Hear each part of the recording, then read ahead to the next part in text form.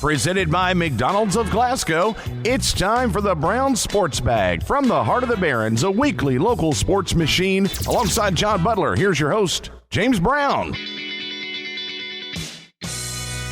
Well, we're back again this week, and we don't have a whole lot of local stuff to really get involved with, but we're going to talk about some NCAA men's basketball stuff, some changes that have come down the pike, and some changes that may be coming down the pike. We're going to talk a little bit about Major League Baseball. We're going to revisit Don Shula. It was announced today that he had died. NFL's winning as football coach with the Dolphins and the Colts before that. And then we're going to ask this question in the final segment here about why can't they just play golf? I mean, I'm sure there's some logistical things, but it seems like the sport most ready to get on the course if it's at all possible. All right, John, let's start off with this NCAA transfer stuff. Last week, John Calipari was doing an interview with Charles Barkley. It's a show, as I understand, that he has, and they discussed the fact that the G League had offered, I think, $300,000 to a five-star recruit to come and play directly in the G League, bypassing college. He'd be the third player I think the G League has offered a high-profile recruit this year. And you and I just had an off just conversation last week about this. And there's like a lot of people who support this, but then there's some real problems, I think, that it causes for the future of men's college basketball. Yeah, I don't like it at all. And I don't. Not only do I don't like it, I don't understand it. We talked off air once that in the NFL and college football work together. In fact, college football basically is the minor leagues for the NFL at no cost. And why the NBA would want to do this, I don't really understand it. It's to spend that much money when they already have a system of college basketball that they can watch at least a year of kids playing before they dive into the amount of money that they'll have to spend is remarkable to me. I mean, I don't really understand why they don't use the resources of college basketball for their own benefit. And it's, right now they're only taking 3 or 4 players, but you could see down the road where, it could be 10, 20, 30, 40, or 50. It's just, I don't know where this goes, and I think it's troublesome. The interesting thing is the reason that the one-and-done rule, so to speak, you have to be 1 year out of high school before you can enter the NBA draft, more or less the reason it exists is a collaboration between the players' union and the owners. On the one side, it protects veteran players because what was happening when kids were coming straight out of high school was that and at that time they also had some different rookie salary cap structures that were not in place. So owners were giving these players a ton of money coming straight out of high school. They had no proven ability to play at a high level other than, what they had seen, and probably mostly an AAU circuit, but even that wasn't as popular. So those two organizations kind of came together to come up with this rule that helps protect the veteran players, and it kind of protects the owners from themselves. And it's like the G League has slid in here that it's owned by the NBA, but it's not the NBA, so to speak. The owners aren't involved in that kind of thing, just the league is. And so the G League has kind of slid in here as an alternate route for these players, and it doesn't threaten the veteran players in the NBA, and it doesn't threaten the owners. It doesn't prevent them from making really stupid mistakes. And so I guess that's why the NBA is like kind of hands off in this circumstance so far, is because they don't get anything out of college basketball monetarily. Not that the NFL gets anything monetarily out of college football, but also they make the argument that there's a physical nature to football that requires these players to grow into more mature adulthood before they enter the NFL, and that argument doesn't exist for basketball players. Maybe. I mean, I think that's the argument they give, I should say. I know, yeah. I think there's a difference between a 31-year-old pro basketball player and a 17 or 18-year-old. Oh yeah. And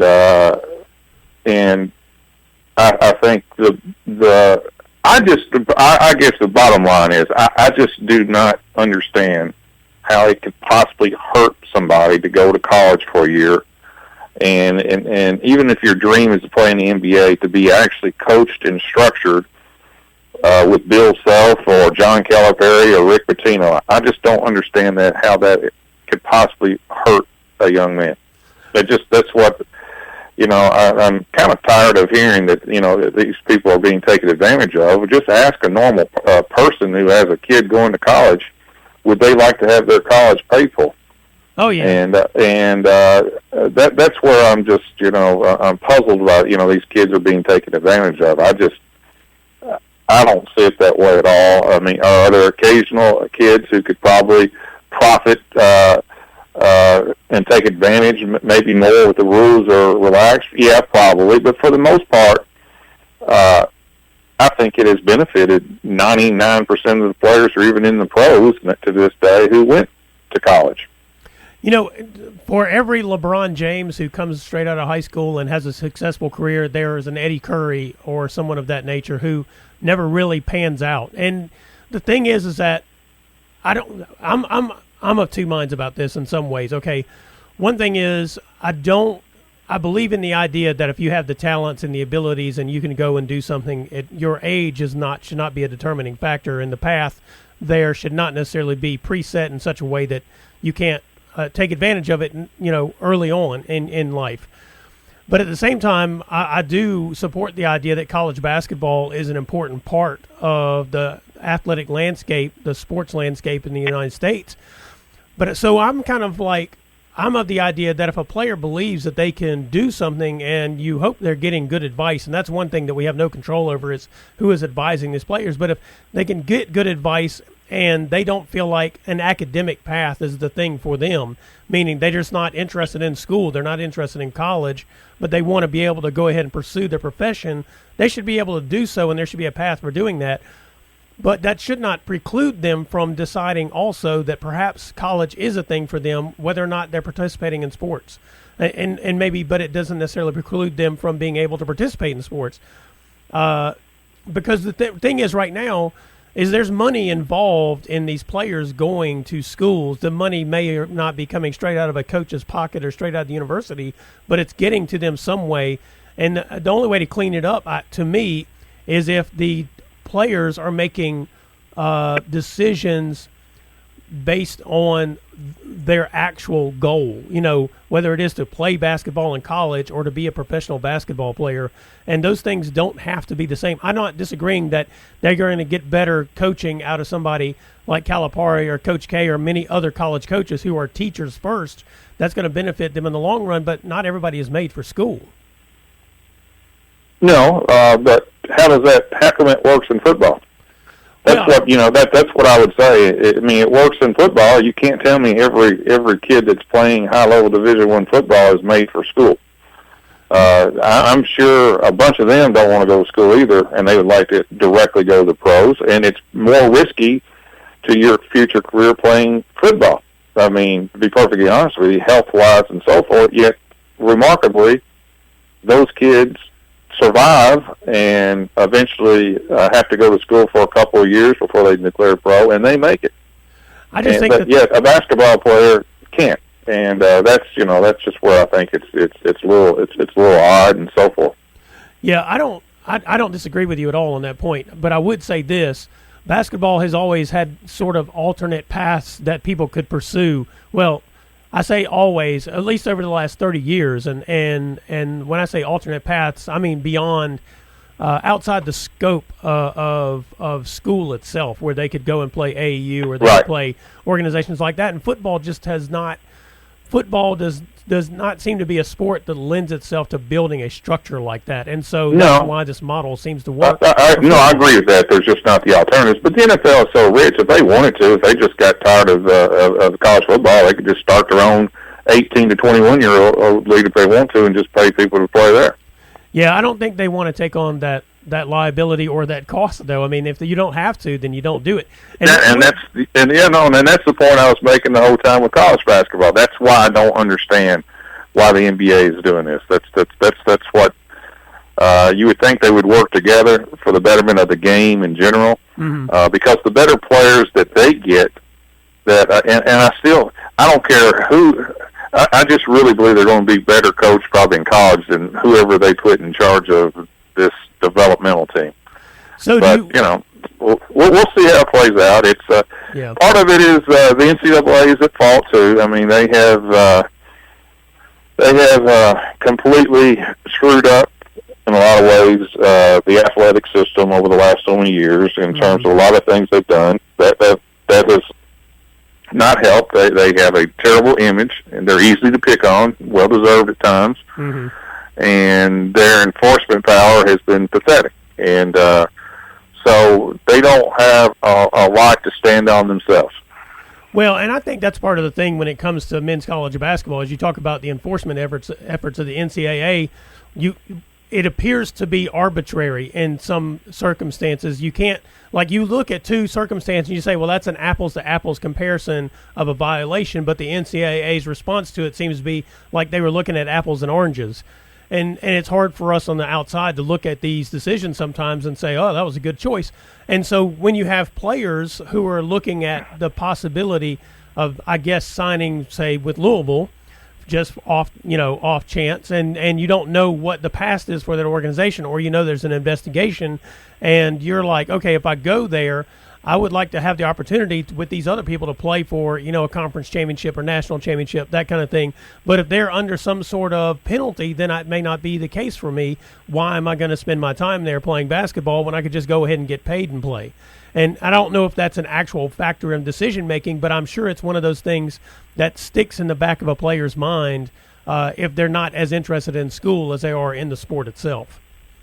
Yeah, I think it depends on how long they plan on being there. But, yeah, it's the NCAA, today it came out that they've issued an official set of allegations against Louisville again, and this has to do with the FBI probe into the kid that was Brian paid by Adidas. Yeah, and I guess the frustrating part of that, if you're a Louisville guy or gal, is that it just seems like the school that gets picked on the most has been Louisville. I mean, the NCAA the FBI has not only gone after, but has convicted assistant coaches at Arizona, at Auburn, at Kansas, and caught the LSU coach basically dead on tape. Right. And none of those schools have been put on investigation, and none of those schools, as far as I know, have lost their head coaches. Yet Louisville is the one that they continually going after, and everybody that is at Louisville that was involved in any of that stuff has been fired. They're gone. Yep. And there's an old saying in the law is that justice delayed is justice denied. Right. And after years upon this, I don't know how there's any justice for punishing people that have nothing to do with what's going on. Well, and that gets to something you and I have talked about before, is that if you want to punish the parties that were involved in a circumstance, whether they're still at that university or not, feel free, I do believe. I mean, Rick Pitino has taken a job at Iona. I mean, if Iona wants to accept the risk of taking him on, knowing what the track record is surrounding him and his time at Louisville, whether or not he was directly involved is kind of irrelevant because, he's the head coach. He's supposed to be the person in charge of the program. And if you want to hold him accountable as a coach now, and Iona took on that responsibility, I suppose that's where it should land, or one of the assistant coaches if they have a job somewhere. That's the case. And plus they took the banner away from him. Yeah. Now, the banner had to do with the previous incident, but I don't know what else to, if I hope that Louisville fights them on this one because they laid down the first time and got hammered, and it seems like to me the thing you have to do with the NCAA is to stand up to them. Yeah, just be like LSU and say, look, I know you heard our coach on that audio, but maybe it wasn't our coach. We're going to keep him. He says he didn't do it, and what are you going to do about it? That's right. Well, I think these are kind of fascinating things, and because they will shape the future of college basketball and maybe college sports in general. And I just want to make one point. I do believe there has to be a governing body too. And I do think they should have the power to enforce whatever rules they come up with, because if not, it's the wild, wild west, in which anything goes. Yeah. And which is what I'm worrying about is going to become more and more prevalent. But whatever institution that you have, whether it's the KHSA or the NCAA and so forth, they need to be thorough and they need to be much quicker and consistent. Yeah. Because if not, then then we're in the state that we're kind of in right now. Yeah, I mean, if they hand down a ruling, I mean, you look back at the death penalty for SMU in the 80s, a lot of people thought that was too harsh. But the bottom line is, I mean, they took care of that problem, at least as far as SMU was concerned. And SMU has never really returned to that level. I mean, is that unfair? Maybe. But at the same time, if you're cheating that blatantly, then you probably deserve what you get, because you knew, as they say, you were dancing with the devil when you started. Yeah, I mean, what's unfair about what they did at SMU is there's countless other schools that's come after that have not gotten similar punishment. Yeah, so once you pass that threshold, if you're going to hand out the death penalty, it has to be a thing that's on the table at all times. And if universities have infractions or programs have infractions at that level, then that's the penalty they get. And those penalties just have to be consistent no matter who it is, where it is, or what it is, not just whether or not a university has the power to actually fight the NCAA on the penalty. Yeah, and I'm sure Louisville is thinking right now, we really appreciate now in a pandemic in which we're trying to just survive as a school and a sports program that you add this to our issues. Yeah, thank you for the call. Yep.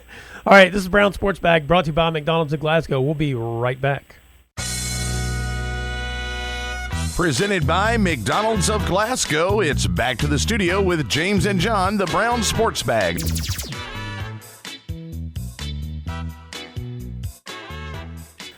Well, John, there's a Major League Baseball plan floating around out there for how they might be able to put together a season beginning maybe in June if they get it all worked out, from what I understand.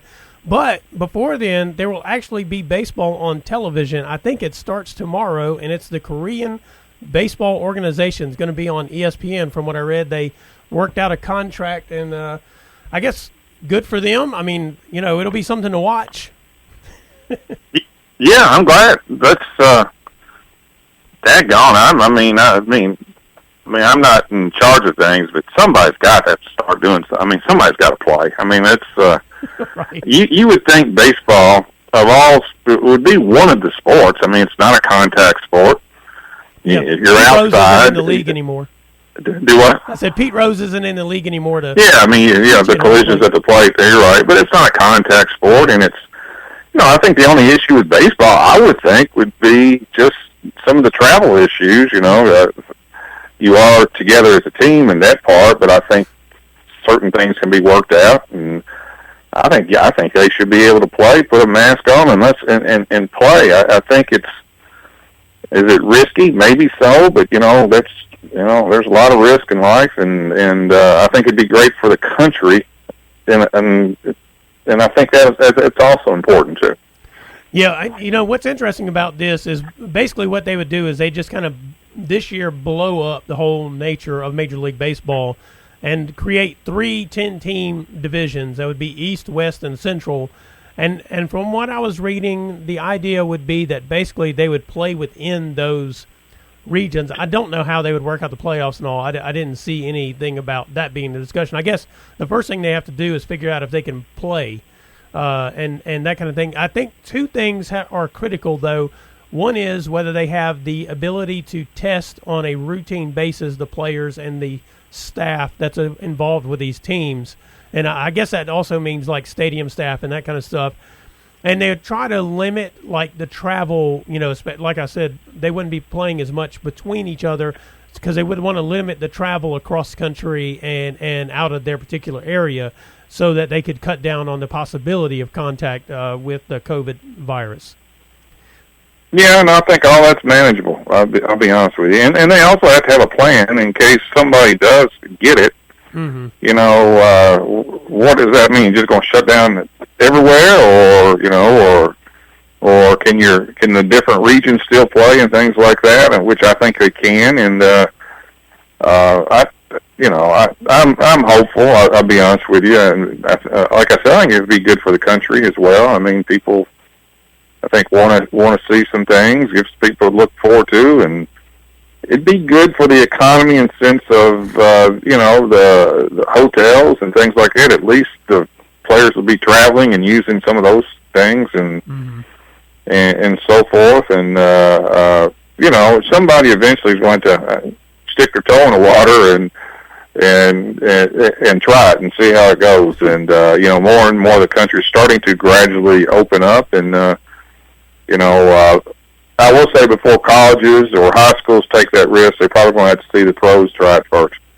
Yeah, I mean, that's a good point about the pros because, I mean, basically the whole shutdown got rolling because of the NBA with the realization, that how effective this virus was in infecting people, and that, once the NBA took that chance on once they realized that on March 11th, everybody else just, followed suit. I mean, then everybody's like, oh, this is a real thing.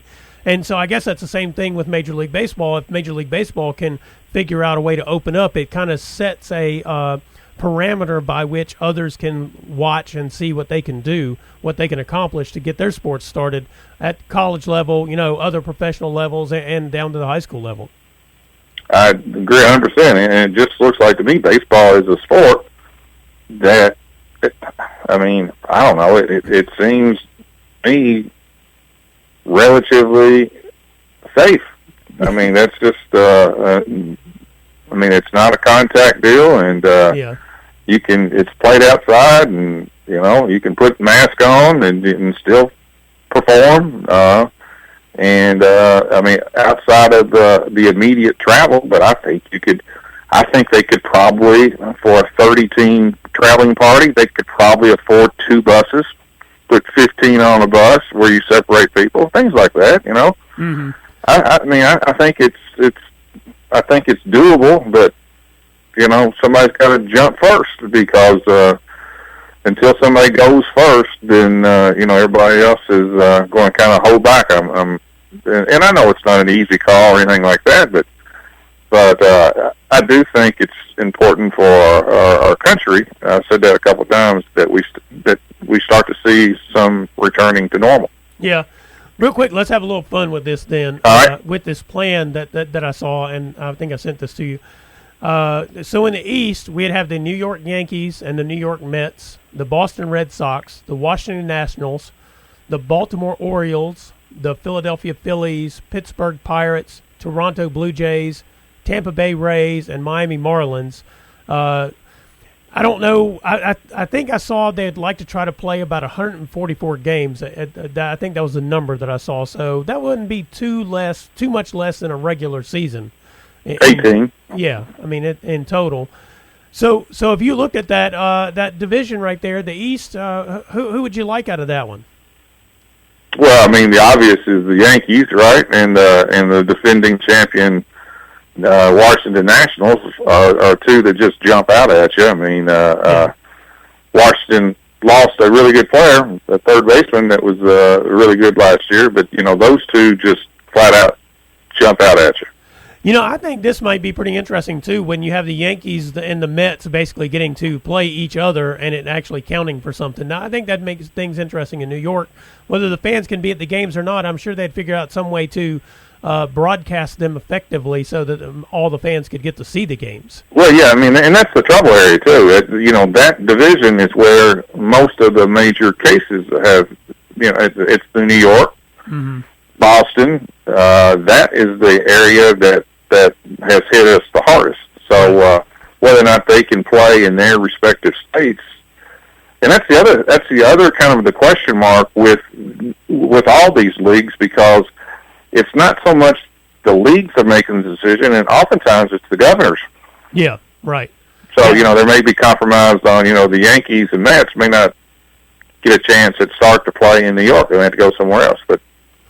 Yeah, that's right, because we talked about that. Initially, the discussion was maybe trying to have everybody be in Arizona and play in Arizona right. because the facilities are there, and it's just a matter of the logistics of getting players where they need to be. And that's right. Well, the Yankees and Mets have spring training facilities both in Florida. Yeah.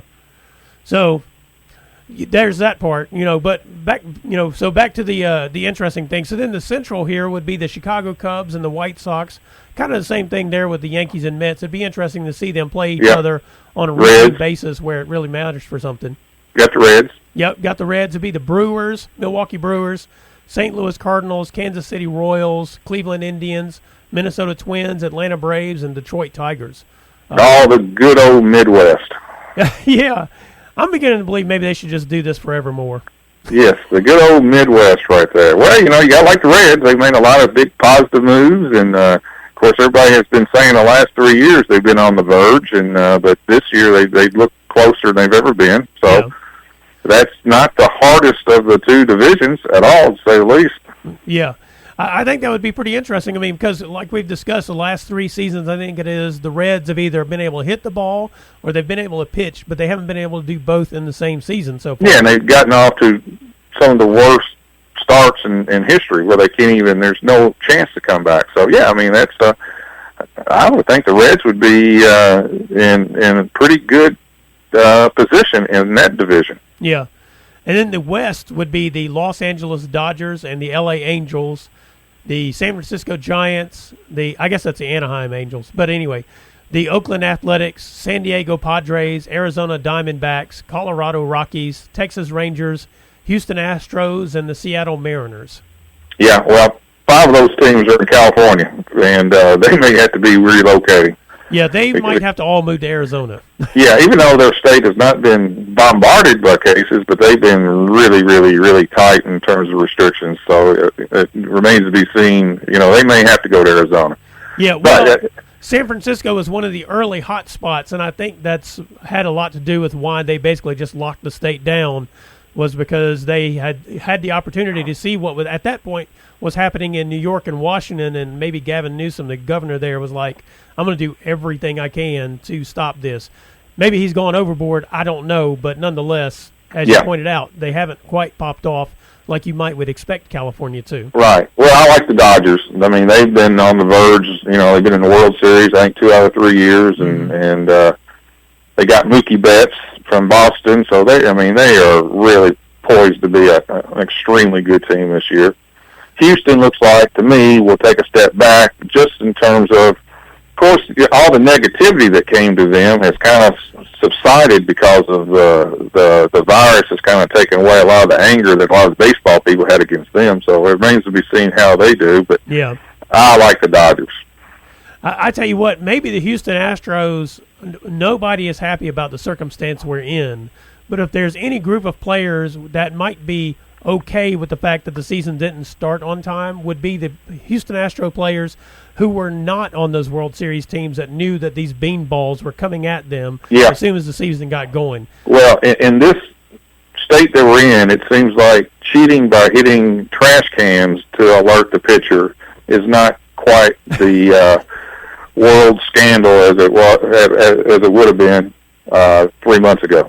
Yeah. A lot of perspectives, I hope, have been changed about what's important in the world. That's correct. And baseball, in the grand scheme of things, is not important in the world, but you are correct. I think we do need a thing that we can all kind of sit around the TV and have that moment where we don't, we're like, why did they call that pitch? That was a dumb move, or that kind of thing. We need a moment where we can all join in and both enjoy sports in the way that we like to enjoy it, either by rooting for a team or rooting against the team, I guess. Well, plus baseball should, if they can, they should take advantage of this time to their popularity has kind of dropped off in the last so many years, and this has been an unbelievable time to regain a lot of people's, I think, confidence, but just an audience to watch baseball right now. I think it's an opportunity for them. If they can do it safely, they should try to take advantage of it.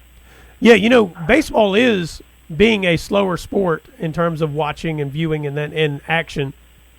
It is kind of the perfect sport for where we are at the moment, because I think a lot of people we've been forced to slow down, and maybe in that slowing down, taking the time to appreciate some things that are not as hectic or not as living on the edge as we have gotten used to. But I miss hectic right now. Yeah. That's good. I mean, I guess it's good to miss hectic. All right, this is Brown Sports Bag, brought to you by McDonald's of Glasgow. We'll be right back. Presented by McDonald's of Glasgow, it's back to the studio with James and John, the Brown Sports Bag.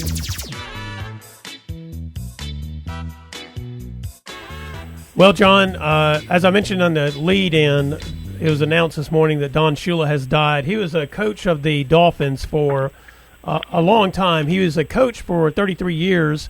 Most of that time was with the Dolphins. People may not remember this, but he actually coached the Colts before that and was the coach when Johnny Unitas was there, the Louisville Cardinal, great quarterback Johnny Unitas, during the early part of his career before he went to the Dolphins. And he's also coached the only team that actually went undefeated during the course of the season.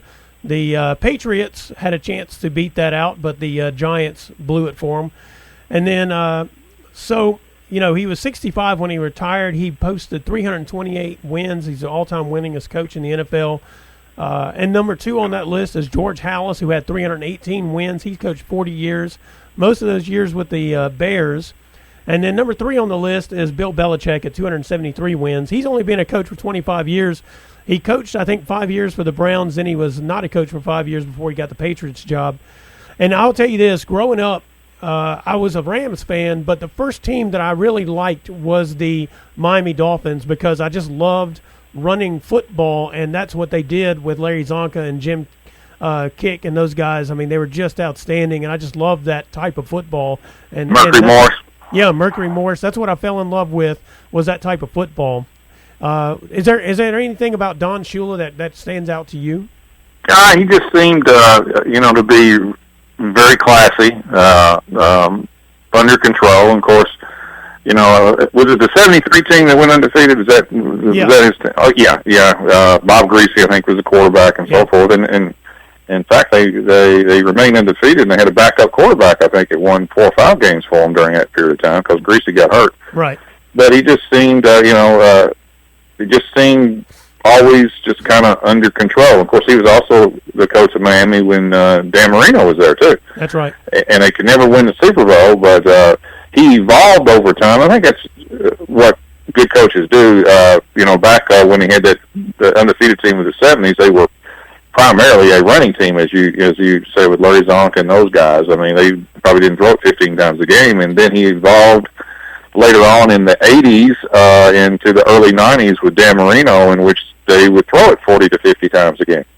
Yeah, he retired in after the 95 season, I think it was, and he took some flack toward the end of his career for people saying he was too old and that kind of stuff, which is a bit ironic, excuse me, because Bill Belichick's already older than he was when he retired, and so is Pete Carroll, and I don't think anybody's saying those guys have lost a step at this point in their coaching careers. No, you get old when you lose. That's what happens. They will use age on you when you lose, just like Tom Brady. Was he too old 2 years ago when he won the Super Bowl?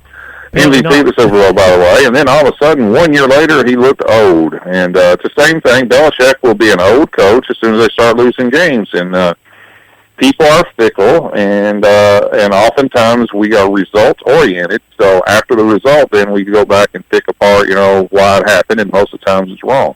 Yeah, mentioning like Belichick and the Patriots, Belichick is at 273 wins, as I said. So he has to get to 328. Let's say he coaches until he is the same age as George Halas, who retired at 72. So Belichick would have to coach for 5 more years, and if he retired at 72, he'd have to basically win 11.5 games a year to beat Don Shula's winning record.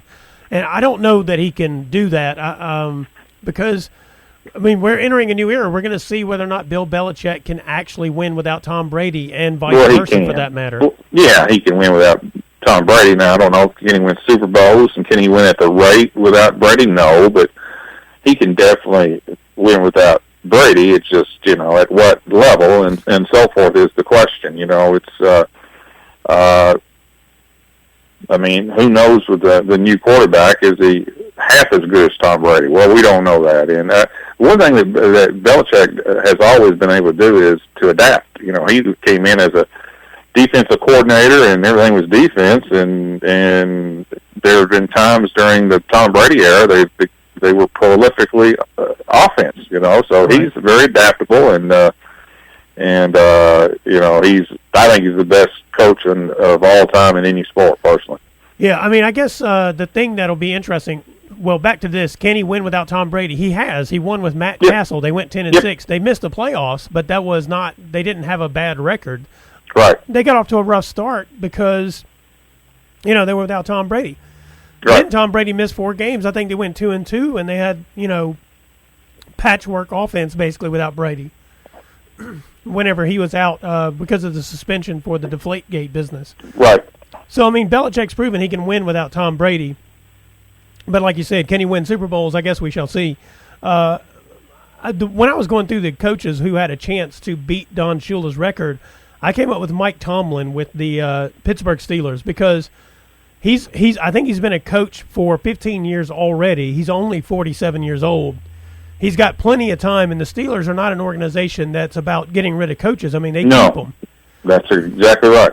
And he's been winning most of that time. I mean, he's only had a couple of down years, and I think maybe only one of those was a losing year. And that was when Roethlisberger? Yeah, whenever he got hurt his shoulder or whatever. I mean, because this last year they didn't have Roethlisberger, but they still got to 9 wins. Right. Oh, I mean, you're right, and it will remain to be seen how they do as an organization when Roethlisberger steps away in a couple of years too. Right. But yeah, he's definitely young enough, and he's with the right organization to do that. I thought of Andy Reid, but he's older, but he's been coaching a long time, and he seems like a lifer to me that will never get out. And he's got Mahomes, and Mahomes is going to put up a lot of wins in the next 10 years. Well, and Andy Reid, I believe he is 62, I think is what he is. Right. So, I mean, like you said, 10 years. So, if let's say he went to George Halas's age of 72, if Patrick Mahomes is healthy during that time, I mean, we're talking probably 13 wins a season as long as nothing catastrophic happens. That's correct. I mean, there's a good chance at that. We've seen this with with these quarterbacks and these coaches that really match up with each other real well. And Andy Reid, offensively, I think he's one of the smartest offensive coaches I've ever seen because he figures out ways to get his best players the ball in situations where they are matched up with people who can't defend them one-on-one, you know. Oh, he's a great offensive coach. Now, the question that Kansas City's got to do is once they sign Mahomes for $40 million or $45 million a year, then they fall into that category of name a team that has won Super Bowls when they've paid quarterbacks these price, and I can't think of any, to be honest with you. No, usually the beauty of New England and Brady is that Brady never took the max. In fact, he was way underpaid, but that also enabled them to pay other players. Yeah. And you've yet to see a high-priced quarterback to actually win Super Bowls, as far as I can tell. Well, it does. I mean, if you pay 2 or 3 players the maximum amount that you can pay them, it does limit your ability to build around them unless you can do it through the draft really well. And just most organizations can't do that year in and year out. Yep. Though, it's going to be interesting to see what kind of player Patrick Mahomes is. Is he a player who looks at it and says, I want to go down as the greatest quarterback of all time, sort of like Tom Brady had a mindset of doing? And well, it depends on you're right. It depends on who he listens to. If you listen to all the talking heads on TV, all the former pros on ESPN and other networks, when they say, go get your money, it's like Dak Prescott right now. In a pandemic, you're fighting when you got $33 million a year that's offered you, and that's not good enough. I mean, I'm amazed at what players decide. And, if you want to take $40 million, that means maybe a good lineman or a good receiver or a good defensive lineman, they'll have to be cut because in a league that has a salary cap, you cannot pay top wages to everybody. Well, and that's where football is just so much different than every other sport when you get down to it. you need everybody who's on that field to be at a certain level if you want to reach the pinnacle of it. That's correct. You can't really have any just glaring holes. That's correct. And the other interesting thing about the Dak Prescott situation, of course, is that the Cowboys have signed Andy Dalton. So I guess they found their backup plan with the 8-8 guy. Yeah, and I think that's a great. Sign for Dallas, and because I think he could go right in and play and be as close to as effective as Dak Prescott. I think that's a tremendous insurance policy that they have. Yeah, they decided to apply some pressure to Dak in that contract negotiation situation, I think. I don't blame them, but they also got a really good backup. And, if you think you got a championship team and you don't have a good backup, then you're very, very vulnerable. Yeah, I'm with you. I actually think Andy Dalton is better than people gave him credit for, and I mean that, and they gave him negative credit. When you look at the talent level of the Bengals, a lot of times through the years, as his time there as a quarterback, it was not very high. No, and he got him to the playoffs several years. I mean, his record his first 5 years was really good, to be honest with you. And I think you put good players around him. I think he's an above-average quarterback. Yeah, I'm with you there. I actually like Andy Dalton. There are Bengals fans who, well, of course, fans being fans, they fixate on the most obvious thing that may be the problem, and very often that's that's the quarterback, or at least they think it is. Yeah. And they also think that's the thing that's going to save their franchise, and they're often wrong about that as well. True. Well, this is Brown Sports Bag, brought to you by McDonald's of Glasgow. We'll be right back. Presented by McDonald's of Glasgow, it's back to the studio with James and John, the Brown Sports Bag.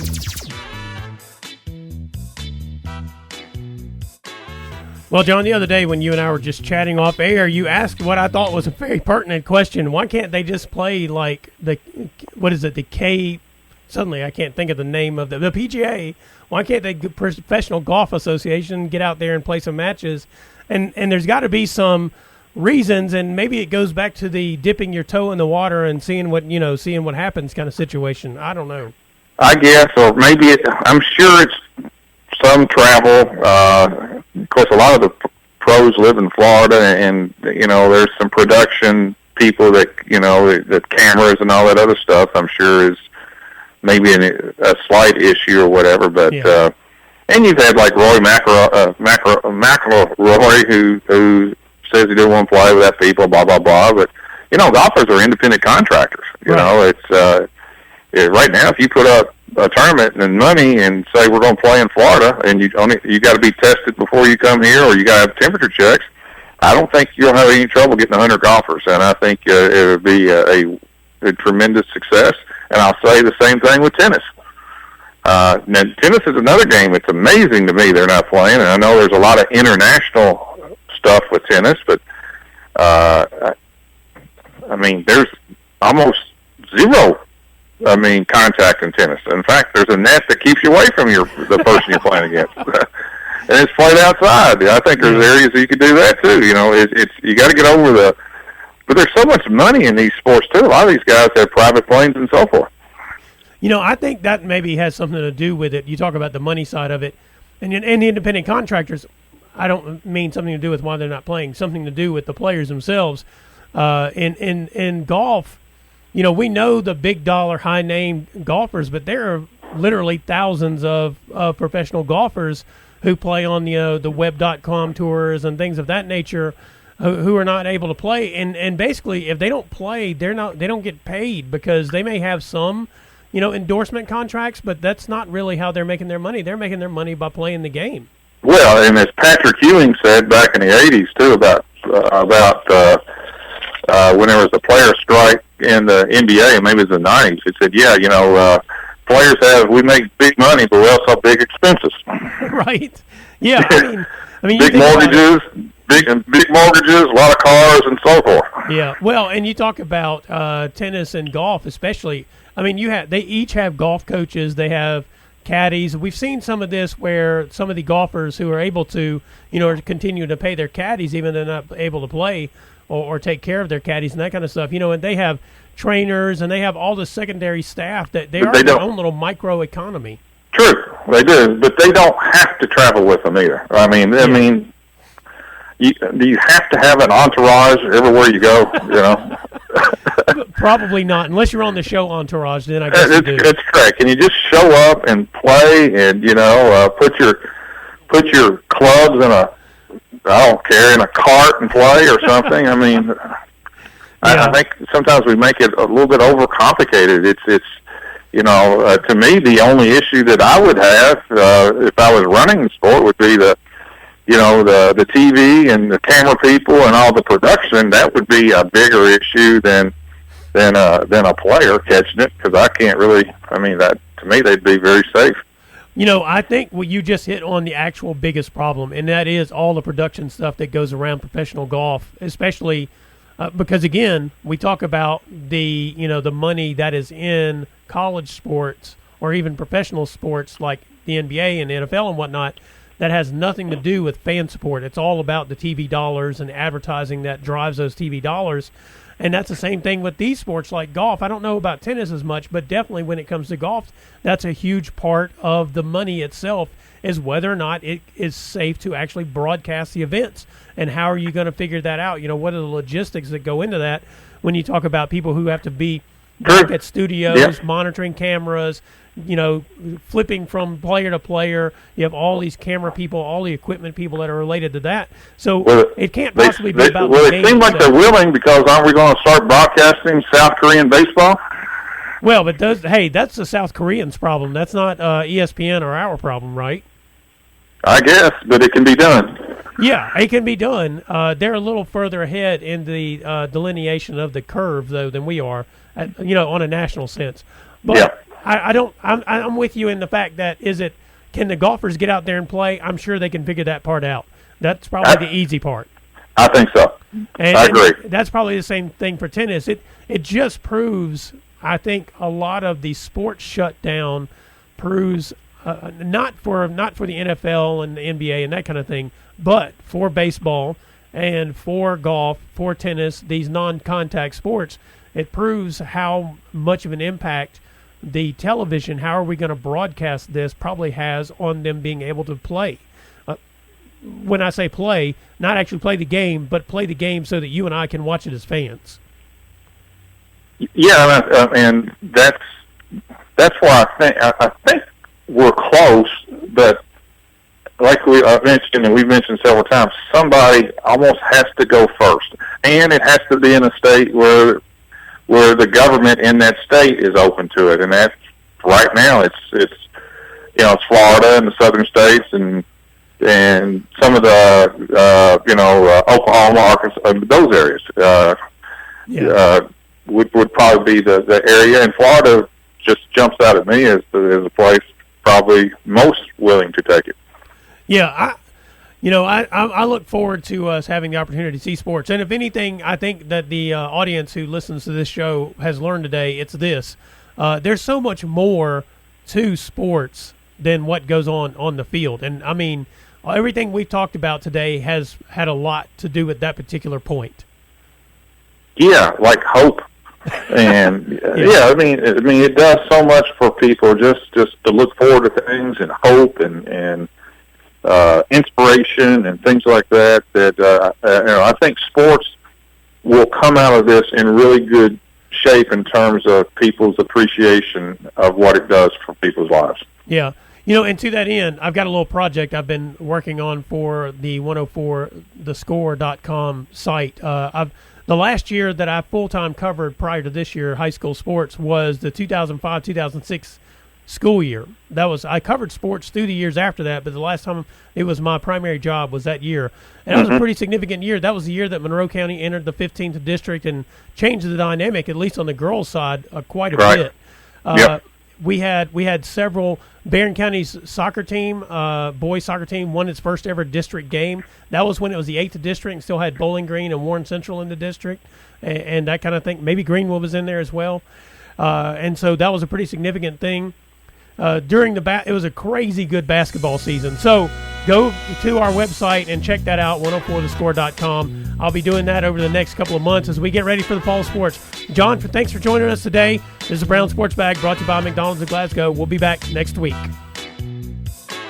Thanks for listening, and be sure and join James and John once again next Monday at 4 for the Brown Sports Bag, a local weekly sports machine presented by McDonald's of Glasgow. Coming soon to your FM dial, this is Fox Sports Radio, WCDS Glasgow, AM 1230.